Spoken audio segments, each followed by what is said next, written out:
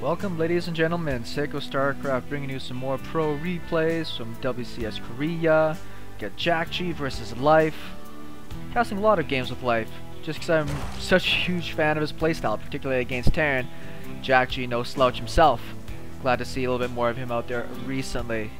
I'm sitting back and enjoying a coffee right now, because it's early in the evening. And I don't plan on having more drinks than would allow me to go out and actually go do stuff later, so coffee will definitely do the trick. Watching a lot of Season 3 WCS, hope everybody else has been tuning into that. I can't wait for those replays to go out.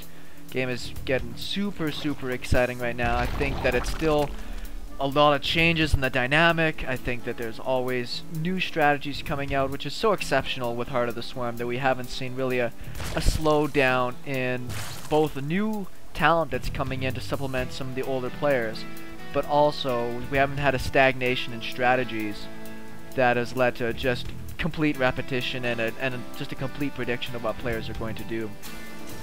I know that in the Terran versus Zerg matchup early on, it's still kind of a mix of if you want to go greedy or not. It looks like Jjakji is interested in getting out that CC first, and without too much concern, I'm sure that Life is going to be throwing down his hatch here right away as well. I've really held away from doing this command center first thing. It became almost too trendy, and then when I was playing against Zerg players, it's so common now, and I play in the junk leagues, but it's so common now to run into players that will 6-pool you and 9-pool you, specifically because they're trying to catch you do this. You can still survive a 6-pool if you do this play. It is just, you gotta be as good as Flash. I casted a game recently on my channel, Flash vs Effort, where he does exactly that on this map with those strategies and almost going low ground command center and still held it off. So if you guys are looking for a little bit of a know-how of how to defend those kinds of things, you can definitely do that. For me, I'm always more interested in going for a 1 or 2 Reaper opening into expansion, because that generally allows you to not only control the map so well, because there's not going to be speed for a long time, but if there is a 6-pool, you deflect it like as countered as possible, because you can just chase down all those slow lings. Oh, is he actually going to go for, yeah, very fast third? And I don't think that Life actually saw. Yeah, he didn't actually scout anything yet from Jjakji. No, looked like maybe he's just worried about getting attacked himself. This one drone was just down here to make sure no rush happened. A part of me was going to be unbelievably surprised if he just happened to throw down an extra hatch instead of 2 queens. That'd have been ridiculous. That is not the case. I think it's just super common for people to go for that low ground command center, and as this Overlord flew past and he didn't see it, sometimes be a bit worried. Back to the 2 Reaper opening that has been extremely successful for me, is that even after you kind of do your harassment, you can fall back into getting yourself out, 4 or 6 Hellions and really keep that pressure going. And it's, so yeah, it's the safest kind of opening, and there's no real way to counter it. Even if it doesn't get damage in, it allows you to expand without any problems. Obviously playing the game in this style allows you to move into that command center a little bit faster, focusing more on mineral play. Now this one Ling will come in here and actually get a pretty decent scout off for Life. I would be really surprised if he managed to just pick off that one SCV for the heck of it. This one Ling's gonna just die. Oh. Really, Jjakji? Did you lose 2 workers there? That was pretty crappy. I could have only imagined that was 2 Lings that flew in there. Still managed to pick off 2 workers. 3rd command center is down. But we don't... Yeah, there it is. I was about to say, unless we see a drone come out really soon for Life on that 3rd base, you can almost feel certain it's going to be a roach baneling bust, which still might happen, but just not as likely. And I sympathize with Zerg players on ladder right now. When I play Zerg against Terran, there's this huge temptation to go for some sort of early bust, particularly against a style. Going for that mass roach just does so much damage so often, which is why usually I get a tank out if I'm going to be doing something like this. I like going into mech play, 2 factory, tanks, and Hellions. But as a Zerg player, if you don't really get in that damage really soon, and they manage to get into that really comfortable bio, drop, and Widowmine play, unless you're really, really slick and really experienced, it's really tough to actually be able to beat that kind of strategy down. You can lose so quickly to very simple plays. First Hellions are just out here to scout. He just wants to confirm that this third base is down and what the timing of it is.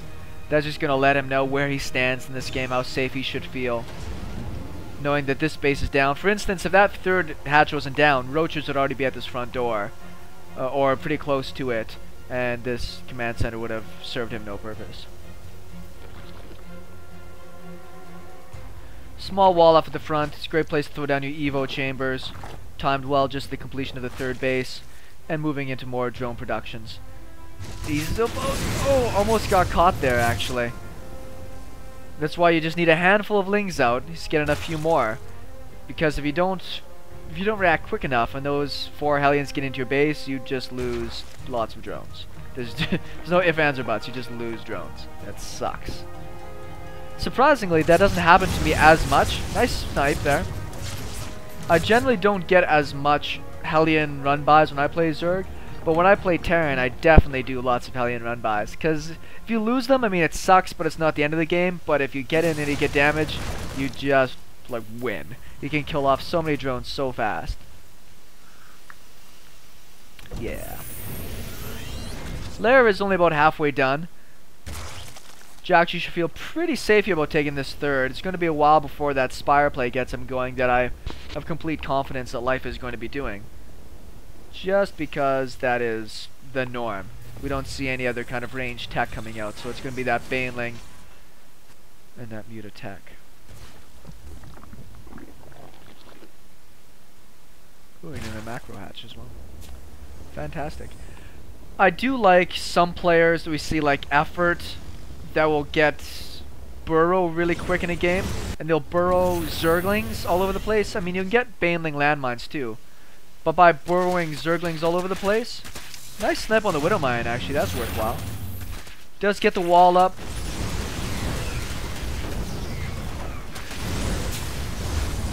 Actually will escape with a handful as well. A couple good little snipes, nothing too dramatic. Getting a little bit of damage, just forcing Jjakji to be aware. Killer creep spread too. Lots of active tumors. I think this is super critical if you're going to go ling, baneling, muta. You need that speed that the creep gives you, particularly if it gets into the somewhat later game there where these massive balls of Terran bio come at you. If you can't get those surrounds, you're just going to lose tons and tons of units to really effective Widow Mine hits. Blammo. See a bit of a movement here from Jjakji. Wouldn't be too surprised to see some sort of push out here in the next little bit. And I'm sure that Life is just as aware of that timing as he's got a big pile of banelings morphing just here on this side. Now this is a lot of Zerglings. He doesn't want to lose these Hellions cheap. And almost is going to lose, he's going to lose a couple of them. He's got to watch out now for these Widow Mines though, unfortunately.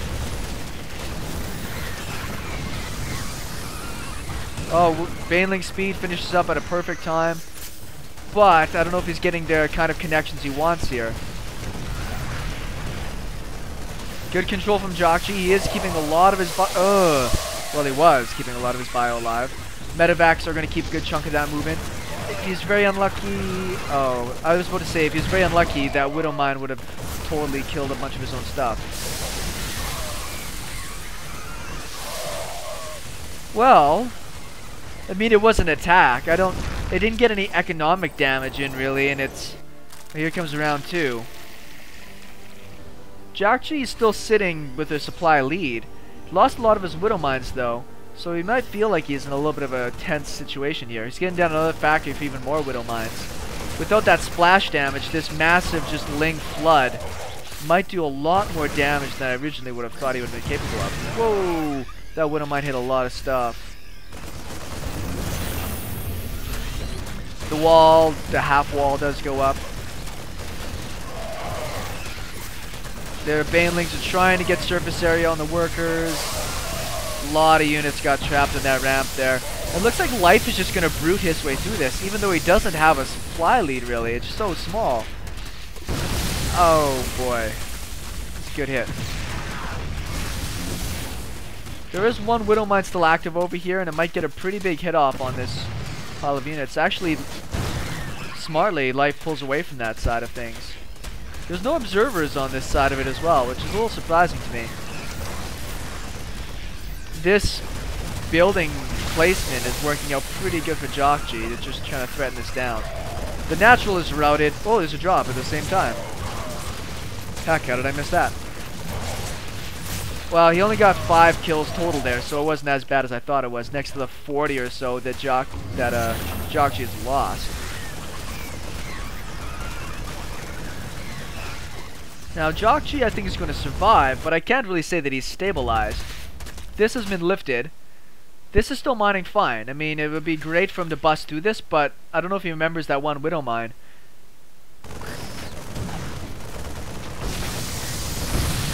Doesn't get the best hits there. Gets a little bit off. Could have done maybe a little bit better, but what are you going to do? This Widow Mine hit could be pretty good. That's a pretty gooder. There's not going to be any surface area for any of these workers to be able to repair. These lings are just as much to distract the Terran while he goes over and kills this base. Great positioning here out of Jjakji though. He does put those Marines in the back and uses some of his guys to defend. Another drop down on this side. Loses a queen, but not much else yet. There doesn't look like there's any units in position right now for Life to use to defend this. The medevac isn't in position. Now it's coming back. Finally, a few more lings, but it looks like Jjakji's going to get into that money position. He's going to get out of there. So once again, it's like there's this huge supply differential between these two players. If we look at workers, yeah, you know, Life does have double, but that means his army is pretty small right now. Jjakji can be annoying for the next few minutes and just try to build back up again. Who knows? Maybe he can do that. A couple of baneling landmines would be ridiculous right now. One really great baneling landmine hit. Ooh, 11 meters about to pop. Let's see if those can get the job done or not.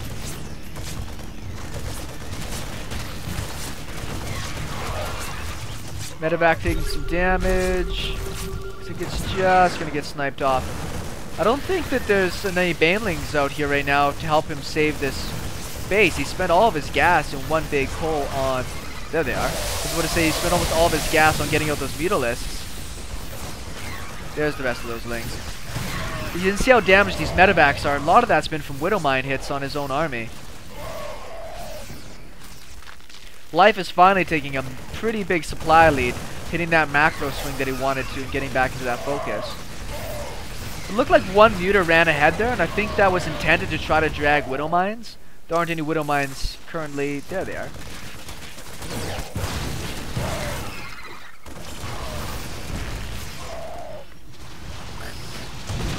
Not a great Widow Mine hit there. It's really hard to get great hits sometimes with Widow Mines.